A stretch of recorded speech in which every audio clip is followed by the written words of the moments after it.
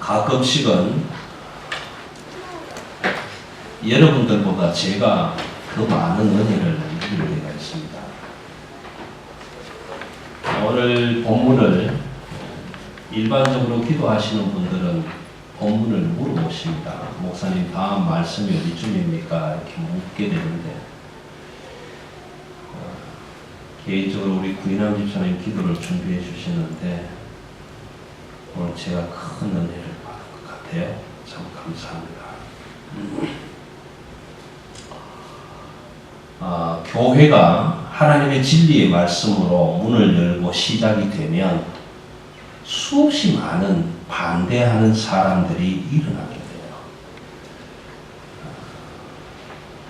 여러분, 우리가 그냥 하기 쉬운 말로 종교를 바꾼다라는 말을 많이 하지 않습니까? 불교 신자가 기독교인이 되든지 기독교인이 불교 신자가 되든지 이 종교를 바꾼다는 과정에서는 굉장한 어려움과 반대가 많습니다. 또 물론 하나님을 믿는 사람은 하나님과 더 거리를 좁혀가려고 애를 써야 되는 일이지만 불교 신자들도 자기가 믿는 그 신이 있을까라면 어떻게든 가까이 가야 될 것 아니에요. 가까이 가기 위해서 애를 쓰고 노력하다 보면 너무 많은 반대 거부에 부딪히게 돼요. 오늘 예루살렘 교회를 사도행전 시작에서부터 살펴보는 가운데 몇 가지 특징을 좀 정리를 해드리면 오늘 6장 본문을 이해하는 데 많은 도움이 될 걸로 생각이 됩니다. 그래서 예루살렘 교회는 성령 하나님의 말씀과 진리로 시작이 되었습니다. 그 예수 그리스도의 성육신과 죽음과 부활, 승천을 목격한 증인으로서 사도들이 시작을 하면서 감당을 했습니다. 하나님이 행하신 특별한 기적의 은사들이 표적으로 드러나기도 했습니다. 그러면서 많은 큰 저항 세력들, 반대하는 세력들에게 부딪히기도 하고 그럼에도 불구하고 교회로 옮겨지는 사람들, 소위 믿는 사람들이 날마다 더해져 갔습니다. 그런 사건 속에서 사도들은 날마다 성전에 있든지 집에 있든지 예수는 그리스도라 가르치기를 쉬지 않았고 전도하기를 그치지 않았다. 하나님께 전적으로 순종했다.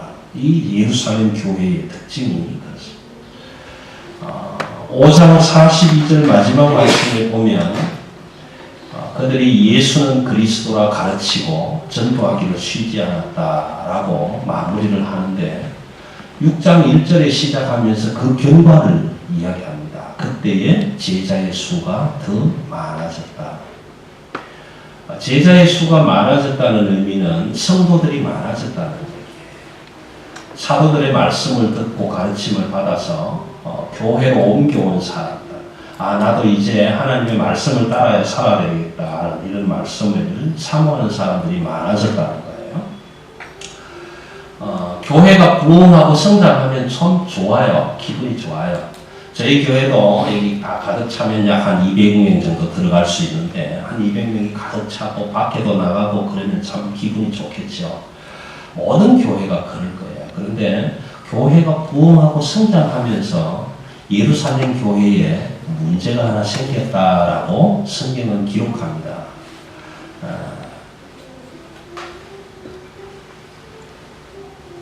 그 문제가 뭐냐 하면 저는 이 문제를 좀 치사한 문제라 그렇게 말씀을 드리고 싶은데 사람들이 많아지니까 그 사람들 오는 성도들을 보살피고 섬기고 구제하고 안내하고 받들고 하는 이런 일들이 일어나는데 그 예루살렘 교회에 두 부류의 사람이 있었어요. 핵심적인 두 부류. 물론 오늘 말씀에 소개되는 것처럼 자유인들, 불행해인들, 아프리카에서 온 사람들, 온 세계에서 온 사람들이 많이 있었지만 그 중에 특별히 두 부류가 있었는데 오늘 2절 말씀에 보시면 헬라파 유대인들과 히브리파 유대인들이다 기록을 해요.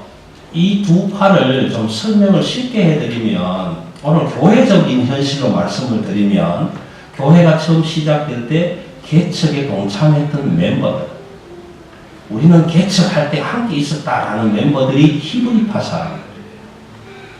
그런데 교회가 몇 사람이 모여서 기도하고 준비해서 시작이 됐다 그러니까 많은 사람들이 왔어요. 와보니까 이미 개척할 때부터 있었던 사람들이 있었단 말이에요. 근데 그 개척한 사람들 말고 예수가 믿고 싶어서 말씀 듣고 싶어서 찾아온 사람들, 소위 말하는 이방인들, 그 사람들이 헬라파 유대인들이에요. 역사적으로는 이 헬라파 사람들이 원칙적으로는 원래는 같은 유대인들인데 예루살렘이 파괴되고 포로로 끌려가면서 잡혀갔다가 미처 도망을 못 가고 잡혀가지 않았던 사람들이 외국인들, 그리스, 이탈리 이런 사람들하고 국제 결혼을 해서 나는 예루살렘에서 살고 싶다고 들어온 사람들이 헬라파 유대인들이에요. 그리스 말을 하는, 헬라 말을 하는 사람들이에요. 근데 히브리파 유대인들은 어쨌든 그런 국제 결혼이 아니고 순수한, 우리말로 하면 토종들이지, 유대인들 그대로인데 표면적으로는 문제가 그거예요. 우리만 구제하고 우리만 사람들 섬기고 우리만 교회 일하는 것 부당하다. 헬라파 유대인들이 그렇게 지금 불평을 토로하는 거예요. 사람들이 많이 왔잖아요. 많이 오니까 다들 어서 오십시오 섬기고 안내하고 뭐 매일 구제하고 하는 일을 하는데 헬라파 유대인들이 그걸 담당을 했단 말이에요. 근데 이게 하루 이틀이 아니고 하다 보니까 열받네? 히브리 제들은 뭐야? 개척 멤버 누구는 뭐야? 교회 개척했으면 더 섬겨야지. 누구는 왜 열중시하고 가만히 있냐? 왜 우리만 뭐 하라고 그러냐? 이런 문제예요. 사실 그 모습은 그런 거예요. 우리만 구제하라고 하냐? 누구도 좀 같이 하면 좋겠다. 이런 표현인데 내부적으로는 갈등이에요. 갈등. 우리하고 너희하고 무슨 차별이냐? 히브리파 너희는 무슨 하나님의 은혜, 특별한 은혜를 받았다고 맨날 열중시하고 말씀만 듣느냐? 왜 우리는 허드렛 일만 해야 되느냐? 이런 내적인 갈등의 문제가 소개돼요. 그럼 교회가 오늘 온 지구상에 있는 모든 교회가 겪는 문제예요. 어느 교회는 이런 문제 겪지 않는 데가 없어요. 어떤 데는 가면요, 학연, 야, 너는 어느 학교 나왔니? 나는 스캇 칼리지 나왔어? 나는 돈카스트 나왔어? 야, 저리 가. 누구는 S대 나왔네? 누구는 K대 나왔네? 누구는 Y대 나왔네? 그러면서 모여지는 거예요. 이런 학연의 문제. 또 하나는 지연의 문제. 김해 김씨네, 파평 윤씨네 해가면서 모이는. 대군이 부산이니 해가면서 모이는 이런 지연의 문제 없는 데가 없어요. 그러다가 뭐 좀 그러다가 어떻게 운이 좋아서 하나님이 조금 재물을 더 줘서 물질이 좀 많으면 많다고 내놓으라 하시고 없는 사람은 없어서 기죽어서 기죽어 그러고 또 모이고 그러다 보면 이 섹터가요 큰 섹터가 모이게 돼요. 그런 문제들이 교회마다 없을 수는 없어요. 기관, 조직, 관리하는 문제가 참 필요하기는 한데 필요해요. 여러분 200명, 300명 모인다고 생각해 보세요. 사랑의 교회가 부흥이 돼서요. 1부 예배, 2부 예배, 3부 예배 막 계속 예배가 드려지는데 성도들이 예배 마치고 나가고 들어오고 마치고 들어오고 하면 얼마나 힘들겠어요. 그럼 그 관리하고 예배 순서 담당하고 안내하고 하는 일들이 얼마나 많이 힘들겠나요. 그런 조직 관리가 참 필요해요. 필요하기는 해요. 근데 오늘 문제는 뭐냐면 이 일이 말씀보다 앞서 있다는 게 문제예요. 이 일이 하나님보다 앞서 있다는 게 문제예요. 이게 오늘 초대교회, 예루살렘 교회에 일어나는 문제예요. 이 문제는 왜 중요하냐면 저와 여러분의 삶 속에서 일어나는 문제이기 때문에 중요합니다. 여러분, 우리가 하나님의 사람, 예수를 믿는 사람, 교회 다니는 사람, 그리스도인이라고 했다면 제일 1번 우선 문제가 하나님이 돼야 돼요. 그런데 지금 우리는 살면서 순서를 다 바꿔놓고 사는 거예요. 세상이 1번, 하나님은 3번 그렇게 가는 거예요. 1번이 하나님이 돼야 되는 사람들인데 지금 세상을 1번에 놓고 살아가는 사람들이 돼야 돼요. 이 순서가 우선순위가 지금 바뀌어가고 있는 거예요. 그래서 굉장히 중요한 문제예요. 근데 오늘 2절, 3절에 보면요. 12사도가 참 존경스러워요. 12사도가 참 존경스러워요. 여러분, 만약에 우리 사랑의 교회가요, 목사님한테 재직회 모임을 마치고 와서, 남성교회 여전도회 모임 마치고 와서, 목사님, 예, 우리 여전도에 이런 어려움이 있는데, 이거, 빨리 이거 좀 하십시다. 쌀도 좀 보내주고요. 우리 남성교회 이런 어려운 사람 있는데, 지원 좀 합시다. 지금 몸이 아프고, 학교 등록금도 못 내는데, 빨리 이거 좀 도와주십시다. 그렇게 얘기해 오면, 뭐라고 하겠어요? 예, 그렇게 하십시다. 그래야 될 것 아니에요. 만약에 그것 목사가 아니야, 이건 우선순위가 아니야, 그러면 난리가 날 거예요. 교회가 사랑이 있어야 되는데 사랑이 있네 없네, 도대체 하나님의 사랑이 그따위냐, 설교만 하면 다 되냐, 예배만 드리면 다 되냐, 사람이 죽어가는데 그것부터 살려야지. 얼마나 많은 논쟁이 있겠어요. 수십 많은 논쟁들이 일어나요. 근데 2절에 보면요, 저는 사도들을 존경하는 이유가 뭐예요? 12사도가 모든 제자들을 불러놓고 이르되 뭐라고 합니까? 우리가 하나님의 말씀을 제쳐놓고 적대하는 것이 마땅하지 아니하니라.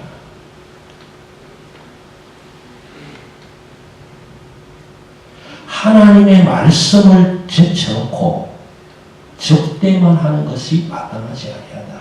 여러분, 5장 29절 말씀에 가보세요. 사도들이 공회 앞에서 뭐라고 얘기합니까? 우리가 사람보다 하나님을 순종하는 것이 마땅하니라.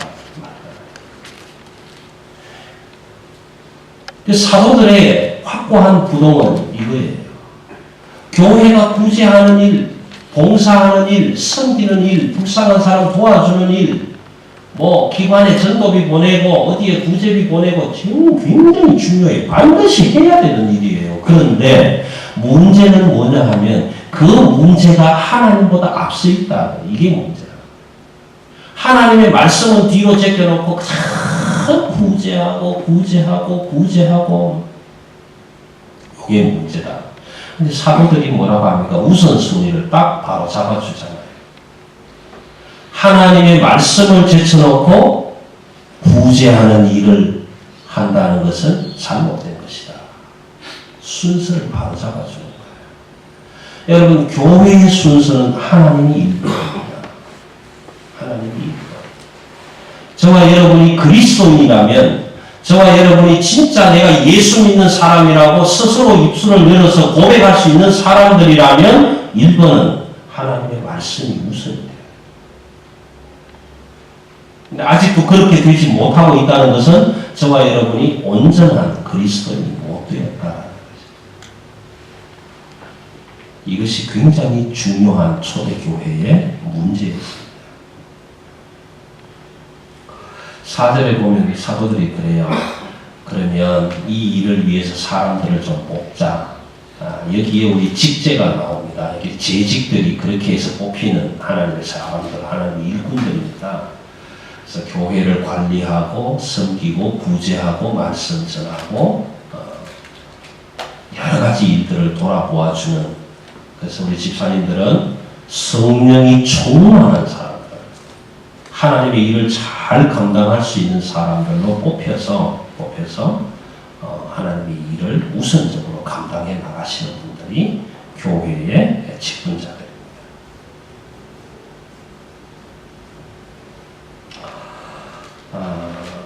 여러분, 제가 오늘 이 말씀을 가지고 딱 세 가지만 말씀을 드리려고 합니다. 첫 번째는 우선순위의 문제입니다. 우선순위.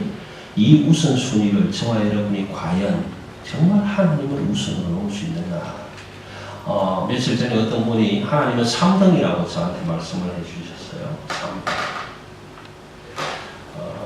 제가 79년, 80년 조금 지나서쯤 되겠습니다. 포트 수단에 제가 갔었는데, 포트 수단에 딱 들어가자마자 처음 만나는 새카만 친구가 딱 와서 하는 말, 뭐라고 했을 것 같아요?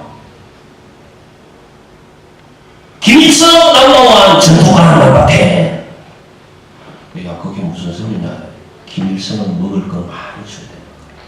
근데 전두환은 하나도 안 줘. 포트 수단에는요, 평양에는 전화가 되는데 서울에는 전화가 안 됐었어요. 공관이 없었어요. 외교 관계가 북한과는 되는데 한국하고는 남한하고는 관계가 없는 거예요. 김일성은 먹을 걸 많이 준다는 거예요. 그래서 첫 마디가 한국 사람, 사우스 코리아에서 왔다는 첫 사람을 만나서 하는 얘기가 김일성은 뭐 전투한단 말이에요. 우리가 생각할 때는 무슨 소리가 바뀐 거잖아요. 아니 지네들도 못 먹어서 온 동네 방네 쌀 얻어갖고 가면서 그거 얻어가지고 저거는 잘 먹지 아프리카는 왜 갖다 줘? 그건 우선순위가 잘못된 거예요. 오늘 이런 상황이에요. 저와 여러분의 삶의 우선순위 한번 볼게요. 첫 번째는 내가 할 수 있는 일 최선을 다하고 내가 풀 수 있는 문제 다 풀고 내가 해결할 수 있는 문제 다 해결하려고 동서남북 사각방구를 뛰어다녀요. 그래야 안 그래요? 아, 이 문제 생겼다. 이거 해결하자. 남편도 아내도 이 문제 해결하기 위해서 뭐 식지에 갔다가 돈가스도 갔다가 버스 타고 기차 타고 왔다 갔다 하면서 문제 해결합니까? 안 합니까? 하잖아요. 해요 안 해요? 해요. 누가 1번? 내가 1번이에요. 하다 안 되면 어디 갑니까? 야, 옆집에 가서 한번 물어보자. 김영은 이런 문제 생겼는데 이거 어떻게 해결해? 동네방네 다니면서 그거 묻잖아요. 2번 누구? 동네 사람. 그럼 동네 사람 만나면 뭐라고 해요? 아, 나 그것도 몰라. 나 한 번도 그런 일 안 해봤어. 나 진짜 아이디어 없어. 그럼 어떻게? 그 다음 어디 갑니까? 하나님, 이거 어떻게 할까요? 3번 하나님. 우선순위가 바뀌어 있었으면 안 됩니다. 오늘 하나님의 교회, 예루살렘 교회에 구제가 하나님보다 앞장서서는 안 되겠다. 그래서 사도들이 뭐라고 합니까? 하나님의 말씀을 제쳐놓고 적대하면 하는 것은 안 되겠다. 그래서 적대하고 봉사하고 관리하고 섬길 사람들을 좀 찾자. 그래서 사람을 뽑게 됩니다. 여러분, 오늘 우리가 살아가고 있는 이 세상의 가장 큰 문제입니다. 저와 여러분의 가정으로부터 시작해서 이 온 세계의 가장 큰 문제가 우선순위가 바뀌었다는 거예요. 여러분, 우리는 하나님을 믿으면서 나는 어디에서 왔는가? 나는 왜 사는가? 나는 무엇을 위해서 사는가? 나는 어떻게 살아야 할 것인가? 질문하면서 살잖아요. 여러분 대답 어디 있었습니까? 철학, 정치, 경제, 교육? 어느 분야에서도 대답해 줄 수 없어요. 근데 오늘 성경은 하나님의 말씀을 대답해 주고 있잖아요. 내가 어디서 왔습니까? 하나님과. 내가 왜 살아야 합니까? 하나님이 찬양하면서 살아라고 하시니까 살아. 내가 어디로 갑니까? 하나님 부르시는 그곳으로 가. 인생의 삶에 있어서 모든 질문에 대답해 줄 수 있는 하나님이 우선순위가 되어야 되는데 온 세계가, 온 세상이, 온 인류가 우선순위를 지금 바꿔놓고 있잖아요. 그렇지 않습니까? 기분 나빠, 울적해, 교회 가서 기도 한번 하고 와야 되겠다. 그렇게 하는 사람 있습니까? 아, 오늘 열받네. 한잔하자. 소주 한잔 마시고. 우선순위가 바뀌어가고 있는 거예요. 꿈 한번 어떻게 꿔가지고, 하나님 꿈 꾸면 하나님 이게 무슨 꿈입니까? 묻는 게 아니라, 와, 오늘 끝내주는 꿈이네. 한판 땡기자. 가서 그냥 땡기다가 몇만 원씩 터놓고.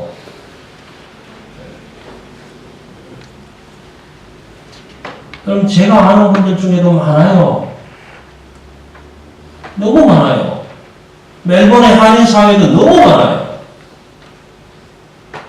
일하는 직원한테는 돈 달라고 막 일시키고 돈은 안 주고 말이에요. 돈 받아갖고 주겠다는 거 지는 받아가지고 한 판 땡기고 없고, 그 다음 일 받아갖고 주는 또 없고, 그래서 나중에는 집에 갈 때 됐다고 돈 달라고 하니까 따라와 불러놓고 골목에 가서 두들겨 패고 많아요.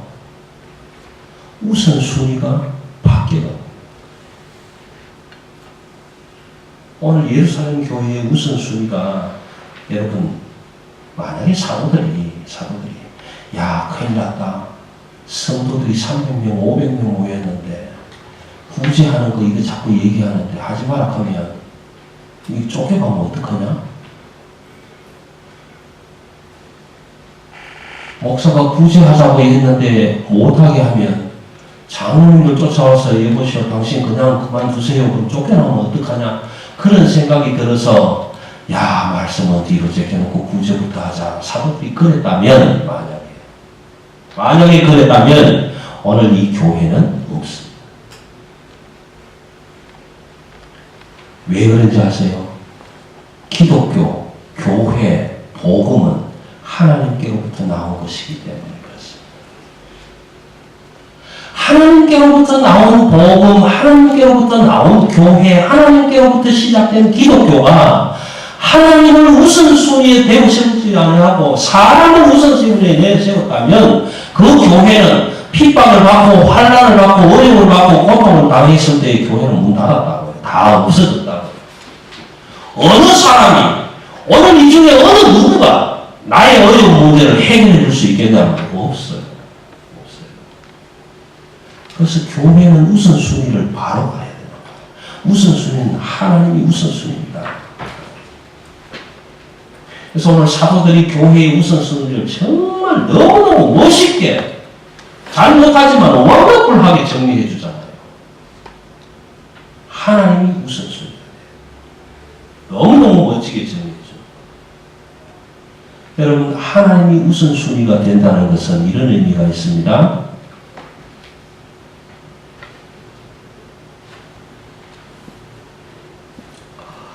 계명을 바로 지키는 거예요. 계명을 바로 지키니까 10계명 생각나시죠? 10계명도 1번에서 4번째까지는 하나님, 그 다음은 사람이에요. 근데 마가복음 12장 28절에서 31절까지 있는 말씀을 여러분 찾아보시면 어떤 서기관이 예수님께 왔어요. 바리새인들하고 막 토론을 하고 난 다음에 바리새인들이 예수님의 질문에 쩔쩔매면서 답을 못하고 있다라는 소리를 듣고 서기관이 와서 예수님께 질문을 이렇게 합니다. 예수님, 계명 중에 제일 첫째 되는 계명이 무엇입니까? 여러분 계명 중에 첫째 되는 계명이 무엇입니까? 주 너의 하나님 여호와가 이르시되 네 마음을 다하고 뜻을 다하고 힘을 다하고 목숨을 다하여 주 너의 하나님을 사랑하라. 이것이 크고 첫째 되는 계명. 하나님을 사랑하라. 이것이 첫째 되는 계명. 첫 계명이라. 둘째는 이와 같으니 내 이웃을 내 몸과 같이 사랑하라. 여러분 사도들이 교회의 우선순위를 정확하게 잡아주는 거예요. 하나님 우선, 그 다음 사람. 교회는 계명이 우선. 여러분 만약 교회가 하나님이 계명을 첫째, 둘째로 주셨는데 그 계명을 둘째 걸 땡겨서 첫째로 삼고 첫째 걸 땡겨서 뒤로 늦춰서 두 번째로 삼았으면 어떻게 됐을까요? 교회는 없습니다. 둘째는 이와 같으니 내 이웃을 내 몸과 같이 사랑하라. 이것을 교회의 첫 번째 계명으로 삼았다면 교회는 없어요. 지금까지 존속될 수가 없어요. 왜요? 사람에게서 나온 교회가 아니기 때문에. 교회는, 기독교는, 복음은, 말씀은 하나님께서 주합니다. 그래서 교회는 하나님의 말씀을 진리로 우선순위로 삼기 때문에 그 진리를 어느 누구도 감당할 수가 없어요. 그래서 교회는 수없이 많은 핍박과 환난과 기근과 간, 전쟁 속에서도 하나님의 진리의 말씀이기 때문에 생명을 거머쥐고 오늘도 나아갑니다. 여러분 우선순위입니다. 저와 여러분이 교회잖아요. 하나님은 우리 안에 성령이 내주하시는 성전이라고 했잖아요. 교회의 건물이 아니에요. 이 건물 안에 사회적인 철학적 세미나 하는 사람들이 모이면 교회가 아니에요. 그렇지만 저와 여러분이 성령 하나님이 내주하고 있는 내가, 교회된 내가 오늘 모여서 이렇게 같이 모여서 함께 자리했기 때문에 이 교회는 똑같은 벽돌로 지었지만 하나님의 교회예요. 생명의 말씀이 있기 때문에 하나님의 교회다. 그런 교회가 계명을 두 번째, 첫 번째 순서를 바꾼다고 생각해 보세요. 아니에요. 그럼 저와 여러분이 교회라면, 우리 한 사람 한 사람이 다 하나님의 교회라면, 하나님이 저와 여러분을 내려다보시고 내 교회가 저기 있구나. 만약에 그렇게 말씀하신다면 우리는 우선순위를 바꿔야 돼요. 하나님을 우선순위로 가져가야 돼요. 근데 우리는 그렇게 못 살잖아요. 아이고 나는 하나님 없이 못 살아. 그런 사람 없잖아요. 나는 당신 없이 못 살아. 그런 사람은 있어도 그렇지 않아요? 우선순위가 바뀌어야 돼요. 왜 그런지 아세요? 남편과 아내가 함께 마주하고 나는 하나님 없이 못 살아. 남편도 아내도 하나님 없이 못 살아. 그래서 하나님과 함께 연결이 되는 거예요. 그 가정이 교회되고 그 가정이 하나님의 동산이 되는 거예요. 근데 우선순위가 바뀌어보세요. 나는 너 없이 못 살아. 너 나 없이 못 살지. 그래서 서로 찌그랑찌그랑 하다 보면 뒤로 돌아서서 두부짜리 듯이 잘라지고 갈라지고 쪼개지고 그러잖아요. 우선순위 바꾸세요. 적어도 저와 여러분이 그리스도인이라면 우선순위를 바꾸셔야 합니다. 그 다음 중요한 우선순위는 영혼입니다. 영혼. 몸이 아니에요. 여러분 하나님의 교회는 영혼 구원을 우선으로 하는 겁니다. 몸을 돌보는 것이 아니에요. 여러분 오늘 질문 한번 하겠습니다. 저와 여러분이 이 세상에 살면서 지금까지 어떤 이는 30년, 어떤 이는 50년, 어떤 이는 60년, 70년 살면서 솔직하게 한번 양심을 통해서 질문해 보십시오. 내가 지금까지 살면서 내 영혼을 생각하면서 몇 날이나 살았던가? 한번 질문해 보시기 바랍니다. 어떻게 하면 먹을까? 어떻게 하면 입을까? 어떻게 하면 마실까? 어떻게 하면 좀 더 편해볼까? 어떻게 하면 좀 더 한 번이라도 많이 벌어볼까? 그 생각했을지 모르고 몸을 위해서 무엇을 할까는 생각했을지 모르겠지만 이렇게 살다가 내가 죽으면 어떻게 될까? 영혼을 생각하면서 살아보신 적이 몇 날이나 됩니까?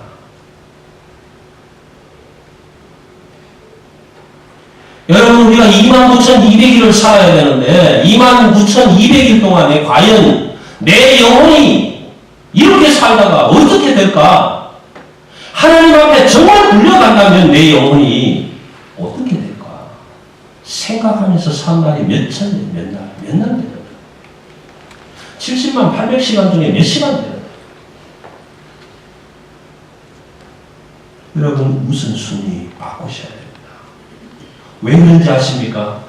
왜 우선순위를 바꿔야 되는지 아십니까? 저와 여러분은 하나님 앞에 직면해서 서 있기 때문에 그렇습니다. 우리는 죄인이고 우리를 심판하신 하나님 앞에 지금 마주 서 있기 때문에 그렇습니다. 하나님이 부르시면 다 그 앞으로 가야 되기 때문에 그렇습니다. 우리는 죽음을 직면하고 살아가기 때문에 내 이 육신이 있어도 없어지고 내 영혼이 하나님 앞에 불림을 받았을 때에 하나님 앞에서 내가 뭐라고 대답할 것인가? 그 문제 앞에 지금 서 있기 때문에 우리는 우선순위를 바꿔야 돼요.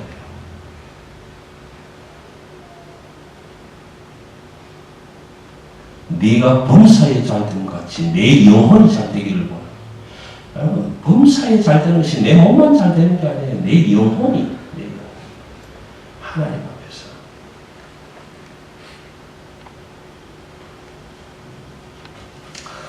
마가복음 8장 36절에서 37절 말씀을 읽어보시면 참 재미있는 내용이 하나 소개됩니다. 어떤 부자가요, 농사를 잘 지었습니다. 소출이 100섬 나는 데서 한 200섬, 300섬 나는 그런 농사를 지었어요. 비즈니스 하는 사람들 같으면 1년에 20만 불 벌 수 있는 사람이 한 80만 불, 밀리언 정도 벌었다고 생각하면 되겠죠. 잘 지었어요. 그래서 이 농사꾼이 이야기합니다. 야, 신난다. 캐지나 칭칭나네. 창고 더 짓자. 그래서 그냥 큰 거두어들여서 창고에 딱 집어넣고, 야, 곡식이 이만큼 됐으니 오늘부터 내가 먹고 마시고 놀겠다. 얼마나 신나요? 먹을 거 있겠다. 곡식 많겠다. 비가 오나 바람이 부나 눈이 오나 전 상관없잖아요. 그런 생각에 있는데 하나님이 보시고 이렇게 얘기하십니다. 어리석은 자야, 오늘 밤에 네 영혼을 내가 부르면 그것이 누구의 것이 되겠느냐.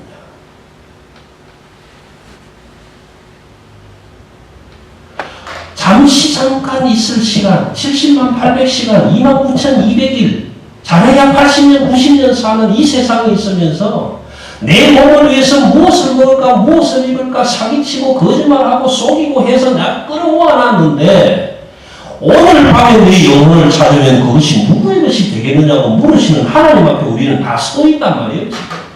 하나님과 지금 딱 대면하고 있다. 언제 하나님은 오라고 하실지 모르는 상황 속에서 나는 죄인이고 하나님은 그 죄를 심판하실 심판자로 서 계시는데 그때 내 몸이 무슨 필요하겠냐면 무슨 순위 바꾸셔야 돼요. 아, 내 영혼이 이렇게 낭망해서 되겠는가? 하나님이 내 속에 생명을 부어주셨는데 내가 하나님의 영으로 살아야 되는데 이렇게 해서 되겠는가?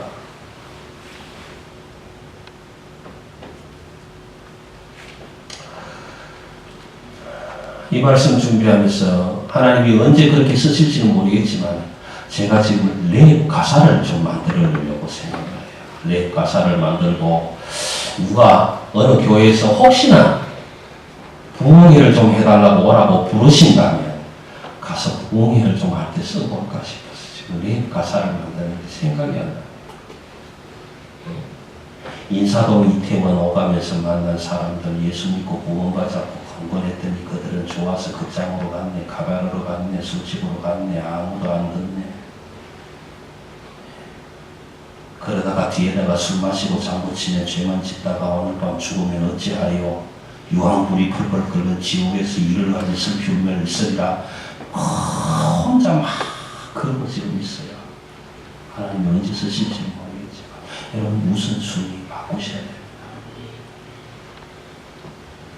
내 안에 하나님의 영이 있기 때문에 내 안에 하나님이 주신 생명이 있기 때문에 그 하나님을 우선순위로 삼고 살아가셔야 한다.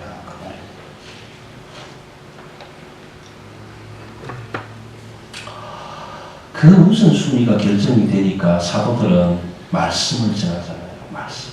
그 말씀이 하나님의 말씀이고 그 말씀이 생명의 말씀이고 그 말씀이 사람을 건져내는 말씀이고 그 말씀이 교회를 살리는 말씀이고 그 말씀이 죽어가는 영혼에게 새로운 영생의 생명을 주는 말씀이기 때문에 그 말씀만 전하기로 전무하기로 결정을 하잖아요. 그런데 문제는 말씀을 전하겠다고 결정을 했는데 하나 더 해야 돼요.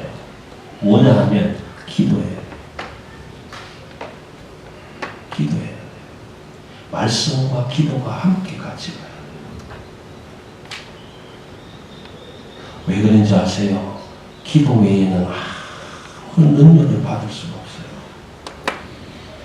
하나님의 말씀을 전해야 되는데 원문 있게 전해야 되는데 그 하나님의 능력을 받을 길이 기도밖에 없더라.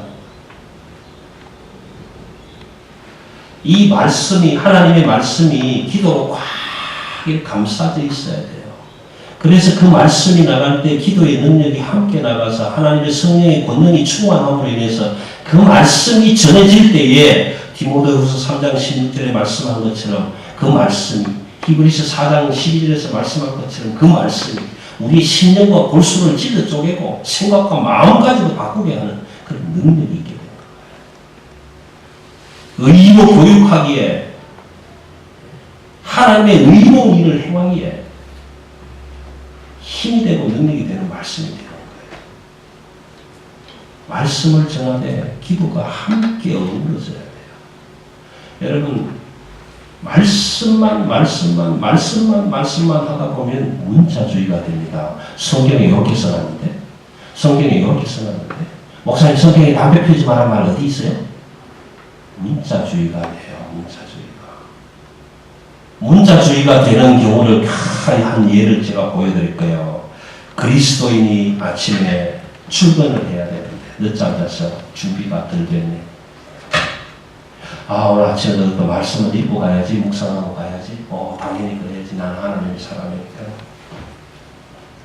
하나님에게 말씀 주세요. 오른밤을 때리거든 왼밤을 돌리더라. 아침부터 재수 없네. 무슨 이런 말이 나한테 와? 다시 한 번 더. 뭐라고 하는지 아세요?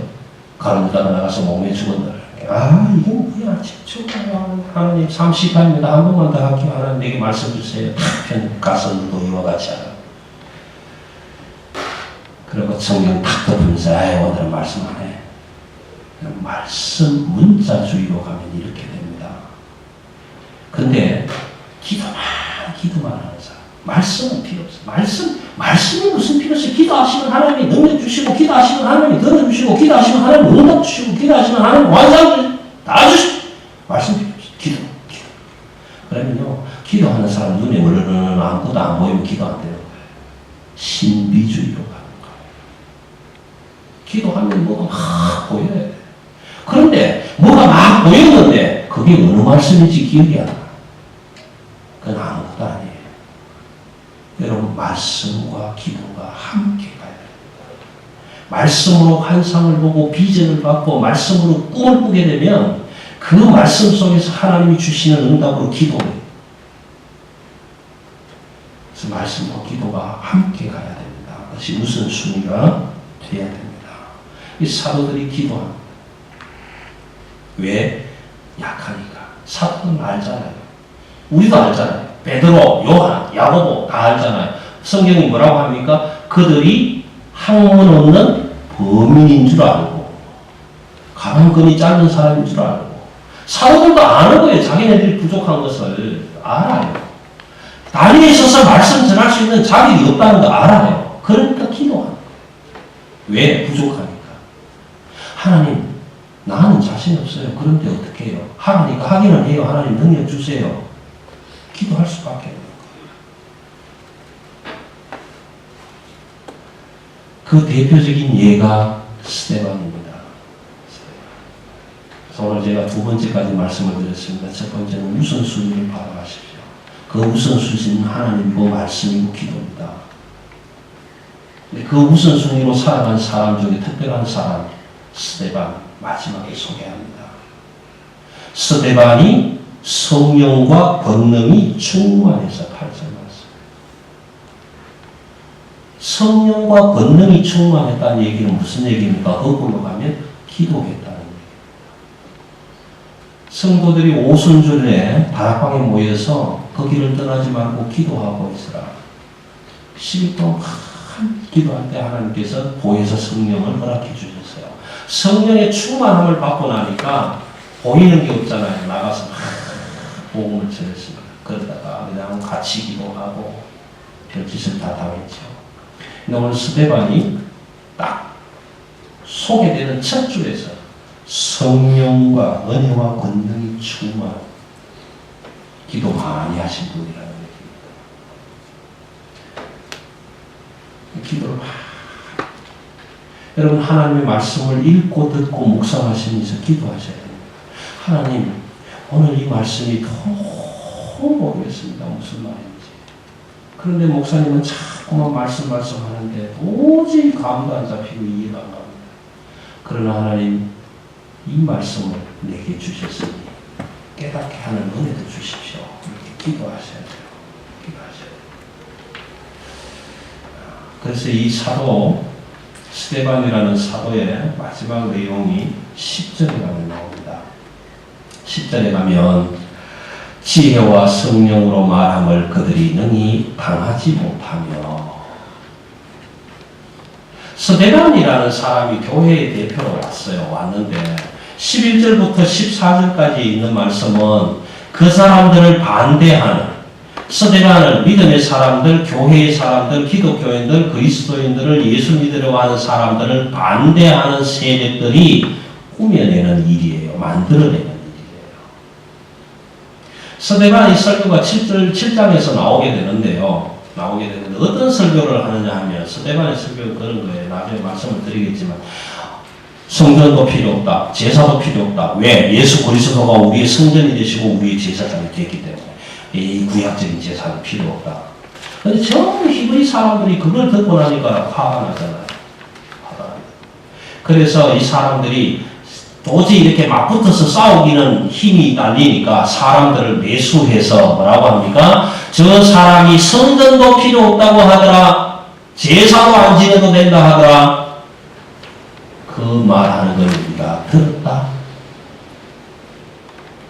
마치 봉투 돌리면서 몇 번 찍으라 하는 것처럼 그런 일을 했어요. 이 스데반을 좀 표현이 죄송합니다. 깔아먹이려고 그렇게 많은 사람들을 매수해가지고 저 사람이 나쁜 말 했다고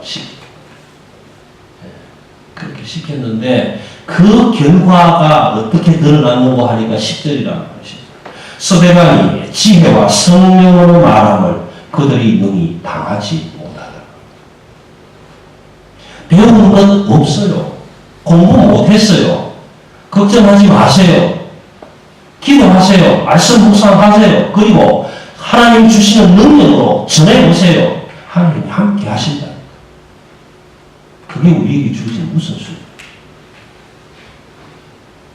오늘 제가 복음을 제목을 그렇게 적어놨지 않습니까? 정복당하지 않는 복음.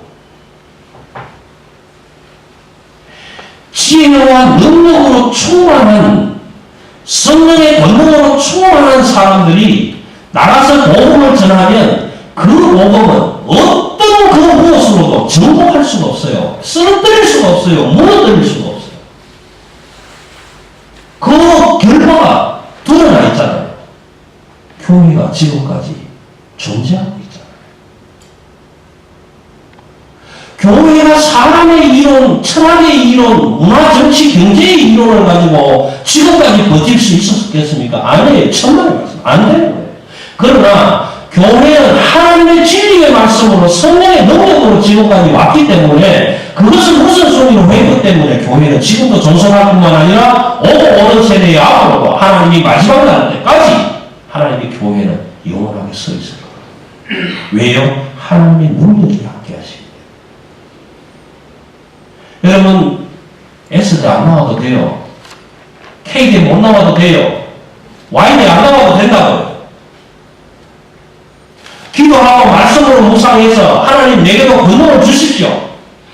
나는 힘이 없지만 내가 나가서 전도할 때 하나님 이 말씀을 내게 주셔서 이 말씀이 불이 되고 검이 되고 칼이 되게 해주셔서 말씀을 받는 사람들이 마음에 찔려 쪼개을 받고 생각이 바뀌고 하나님 뜻 돌아올 수 있게 해주세요. 기도하고 나가세요. 그러면 그런 역사 일어납니다. 복음은 정복당하지 않습니다. 칼에도 무기에도 그 어떤 것에도 복음은 쓰러지지 않습니다.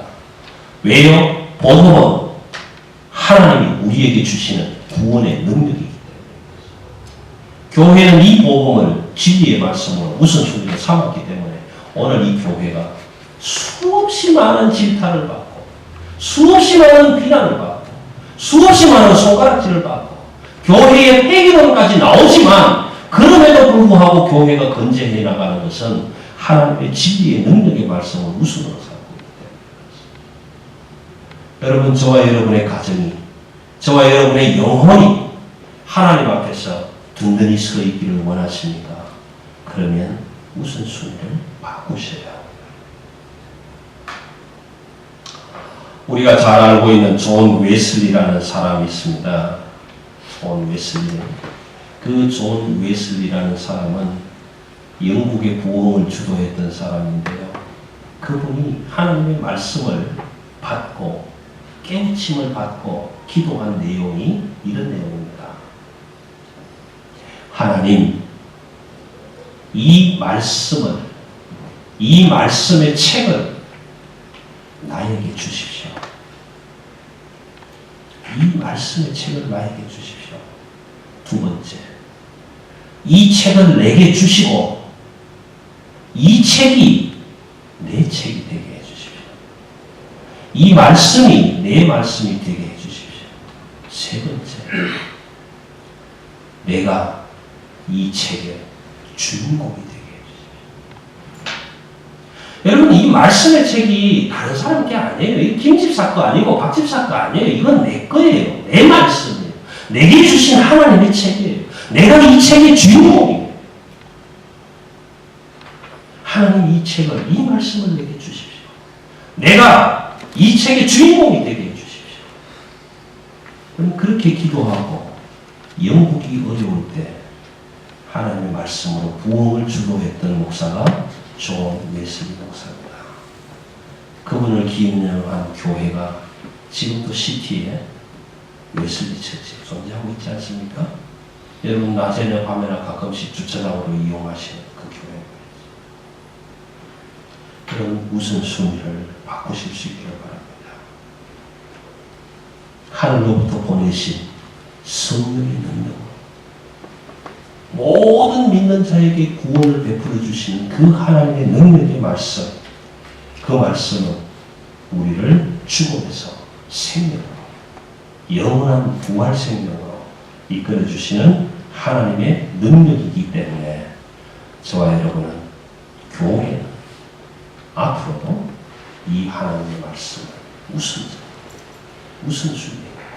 여러분 순서 바꾸지 마세요. 순서 바꾸지 마세요.